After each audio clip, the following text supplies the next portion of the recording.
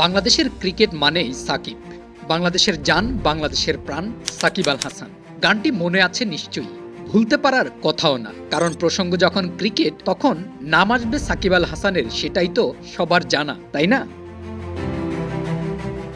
মাগুরা থেকে উঠে আসা সেই ফয়সাল সাকিব হয়ে বিশ্বের কানায় কানায় বাংলাদেশকে পরিচয় করাবেন তা হয়তো ভাবেনি কেউই। তাই তো তিনি মিশে আছেন কোটি বাঙালির রক্তে।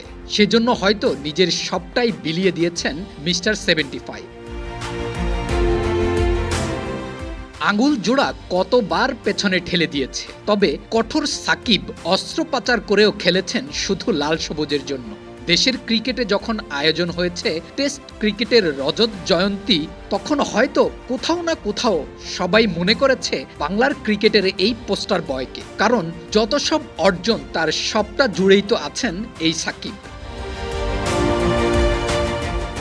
2007 সালে চট্টগ্রামের মাটিতে ভারতের বিপক্ষে সাকিবের টেস্ট অভিষেক। বাংলার ক্রিকেটের 46তম ক্যাপটা তখন তার মাথায়। তখনই আসেনি কোনো অর্জন, তবে তিনি তো এসেছিলেন।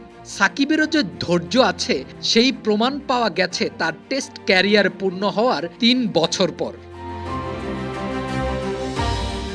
নিউজিল্যান্ডের মাটিতে ভেট্টরি, টিম সাউদিদের মতো বোলারদের সামনে দাঁড়িয়ে ক্যারিয়ারের প্রথম সেঞ্চুরি তুলে নিয়েছিলেন সাকিব আল হাসান। সাকিবের শুরুটা চট্টগ্রামে ভারতের বিপক্ষে, আবার এখন পর্যন্ত শেষ ম্যাচটাও ভারতের বিপক্ষে কানপুরে।